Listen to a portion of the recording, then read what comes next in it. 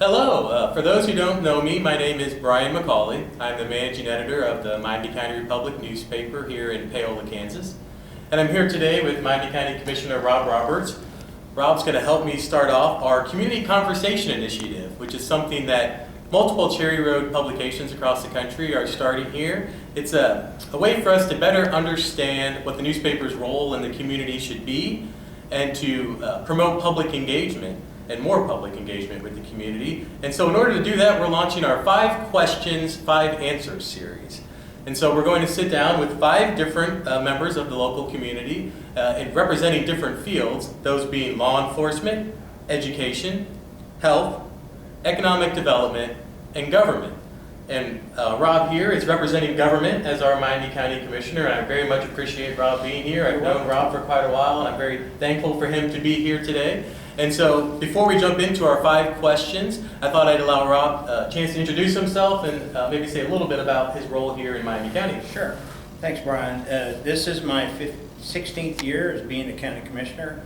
I've had the privilege of serving both in the county role as well as the city role. So I have a pretty good understanding of how city government works as well as the county government.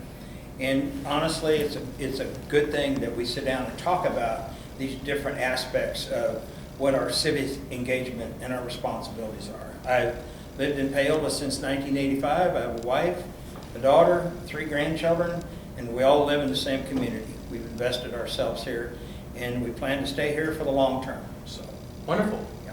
Thank you, Rob. Well, I'll jump right into our questions here. The first question is really the most important, and it's, what are the most pressing challenges facing our community at a local level right now?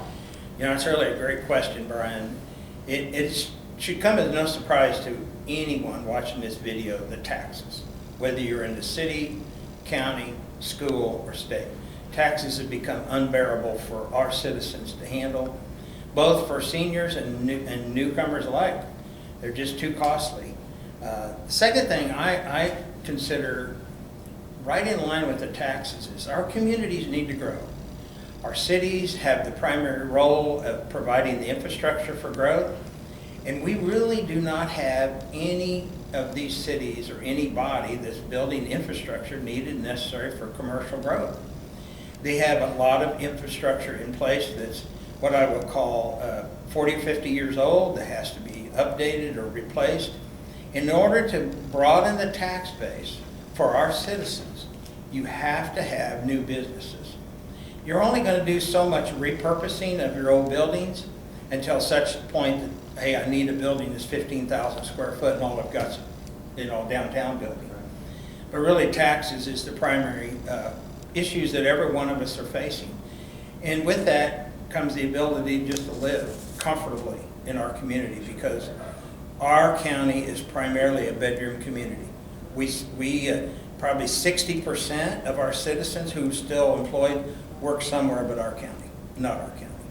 So I'd say that's our primary focus for our county right now, is figure out how do we lower that cost. Absolutely. Well said. Wonderful. Well, we'll jump right into the second question then, Rob. Second question is, considering the evolving media landscape, what role do you see local newspapers like the Miami County Republic playing in the community 5 years from now? 5 years from now. Well, let me show you a picture. And I thought about this question, and the question really evolves to 2 things.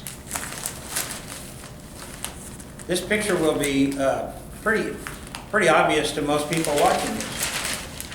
I get my newspaper on whatever day of week it arrives in my mailbox, and one of the first things I do is I sit down, I open it up, and I review what's here. But in today's media atmosphere, the day's gone. Whoa, I missed. Oh, did you see this report on? So this has replaced 100% of this. So for our local newspapers, which is critical for us to stay effective as a community, it's absolutely critical that you sustain yourself, that you build on top of what you have. You're fortunate. Miami County Republic has an amazing credibility in our community. People depend on it, and they depend on what you report in here. Your reporting is outstanding. Your coverage for sports, for legal matters, for government is really top-notch. That's not the case. Your local owner is changing the atmosphere where it's becoming more and more obvious it's online. But I like to look at the local media as how do you change from being a weekly newspaper to becoming a relevant, rapid reporting system so that the citizens first go check your site before they go checking their friend's site. Because most of us are getting our information. Hey, did you see the wreck out on Highway 169? My preference, you folks be the first to report that. And that's how you do that, it takes people and infrastructure. It takes a real risk taker to do it. Because you're gonna lose a few of those. But you know what? I sit at a breakfast table every day. And the area, the age range is from 55 to 90. And every single one of them take your paper. That's pretty remarkable. Every single one of them. And I take a paper to the table quite often. And they go, well, don't bring that to me. I'll get it tomorrow. I want to read it. Still the credibility paying off. But this is taking its place. Absolutely. I appreciate that feedback. Thank you. Very good answer. Number 3, in your opinion, what role should our newspaper play in promoting civic participation and community involvement? Okay, there's a lot of misinformation in the marketplace.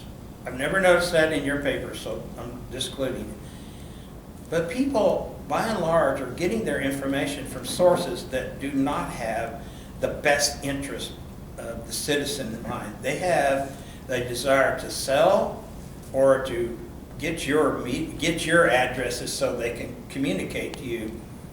And locally, our citizens need factual, clear answers to questions that they have. Why did the taxes go up? Here's why they went up. Who's responsible for them? It's these 5 people. And you not to say that you don't do that, but our citizens aren't getting that answer. They're not. They're being misled by somebody who found a Facebook page that all of a sudden grows the interest to it by population, and they feed that narrative, and it becomes negative, and it's toxic, and it's harmful for us, I mean all of us, because people like myself are always trying to solve the problem. Wait a minute, that's not what happened. That's not the facts. The newspaper has a great role to play in fact-finding. And it's a role that you take that's risky, because who do you trust? Sure. And you pride yourself not to be the opinion maker, creator. I mean, you want to know the opinion, but you're not been out there trying to create the opinion, in my opinion. So. Yeah, facts. I feel like now more than ever, and finding those facts are so important in this industry right now. Absolutely. Well, thank you. Number 4, what community events or activities do you believe our newspaper should cover to better connect with our residents? I don't know that you need to add any, quite frankly. If there's a major event in one of our cities, one of you 2 guys are there, or one of your staff. You're there taking pictures, you're doing video, you're beginning a report or an article in the local newspaper, and you're drawing people to it. So, question back to you. How can we collectively work on building civic leadership? Civic leadership. You're covering events, special activities, you covered the schools amazingly. I love looking in the newspaper looking for my granddaughter, right? And so does hundreds of other people. But where is today? Where do we go to build civic leadership that we had 20 years ago? Yeah. They have moved on, passed on, or uninvolved. Yeah. And it takes trust for somebody to step into that leadership, that they are going to get attacked, they will be ridiculed, they will have their lives disrupted. We need them. Absolutely. We need civic leadership in the marketplace of ideas across every city, across all of our county, and people we can depend on. Sure. And that's a role I think that the local newspaper can play in pulling those people out and challenging them to step up to where we're at today, because our people need it. Absolutely. It's a thing called statesmanship. And statesmanship has really lost its favor in America, because they're going to tell you things maybe you don't want to hear. And it's men and women across the board. It's not politics.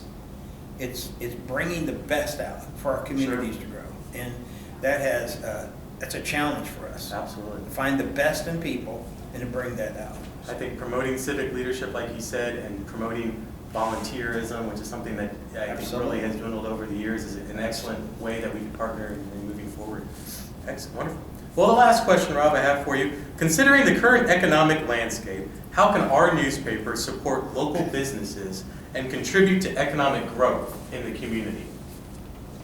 Just a suggestion, and I'm just pulling from just an idea that somebody presented to me, is that on occasion you create a loyalty page that talks about local ownership.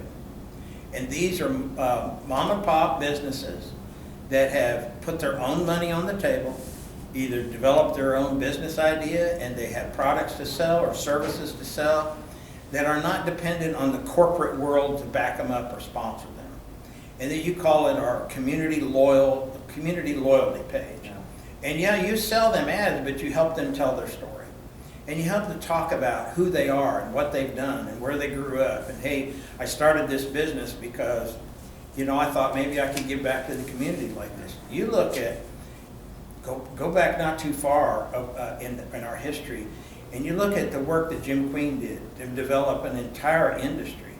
You look at the marketplace of what Gherkins Rentals have done, and they have recreated something that was much, much better than it was prior to them owning it. You look at the Miami Lumber Company that was homegrown, developed here, and I'm just bringing three out, but there are HVAC systems, there's accounting systems. Chris at Cass Accounting, her idea, she built it, and she represents a lot of people in her industry. And I always hesitate to bring these out because somebody will think I'll miss somebody. Because we have a lot of corporate companies in Miami County, and they're extremely important to us. And one I never want to forget is Doherty Steel and Taylor Forge, who have a huge and long history in Miami County. And we wouldn't want them without it, right? We wouldn't want them without it. It's like a local business spotlight. That's it. And call it whatever, but it's called, if you want on this page, you better talk about you and what you've given back to this community, because they've given tremendous things. Sure. Crown Realty, I mean, look at, you do a whole page one time ago. We're going to highlight those men and women who have made Miami County their home and want to stay here. Pharmacies, look at the pharmacies we have, incredible industries there. You could go on and on and on. And no shortage of local businesses. There is no shortage of it. And how, they have never, nobody in Johnson County is going to brag on them, right? It's got to be us. Yeah. And the more we're able to do that, the more we can drive our new families who are moving here. You go down to that pharmacy because they'll treat you right. That's just my input. Oh, absolutely. Rob, this was really exactly the type of responses we were looking for, so I really appreciate you participating today in this. And hopefully our viewers will appreciate this as well. You can watch these videos. There's going to be at least 4 others as we talk to other community members. They're going to be posted on our Miami County Republic Facebook page. They're also going to be posted on the Miami County Republic's website, and you'll see more information about this in the newspaper as we move forward. Rob, we also plan to have a community survey that people will be able to go online, and we'll have some questions asked to them. And we're also asking our interview candidates, if you can think of any question that your organization would want to know the answer to, can you think of a question that might be a good one that we would ask on that community survey? I would like to find, I don't know how we do this, but we have some of the most responsible men and women who serve our first responders, law enforcement, our EMS people, our firefighters, and the host of these men and women who come out in the middle of the night and away from their jobs, and they provide incredible services to us. Just since the 8th, and during this storm, there were 37 events our firefighters went to. There were over 200 EMS calls just in the last week and a half. So I'd like to hear our citizens talk about how they can complement and lift up these men and women who are giving of their time for a token amount of money. And they're bringing their talents and their skills to serve us. And what a great way. How do we help promote them, encourage them, and surround them with what I call a whole bunch of love and support that they deserve. Amen to that. Absolutely. Well, thank you, Rob. Thanks No, for thank you. meeting with me Thank today and going on this. And thank you for viewing our edition here of 5 Questions, 5 Answers. Thank you.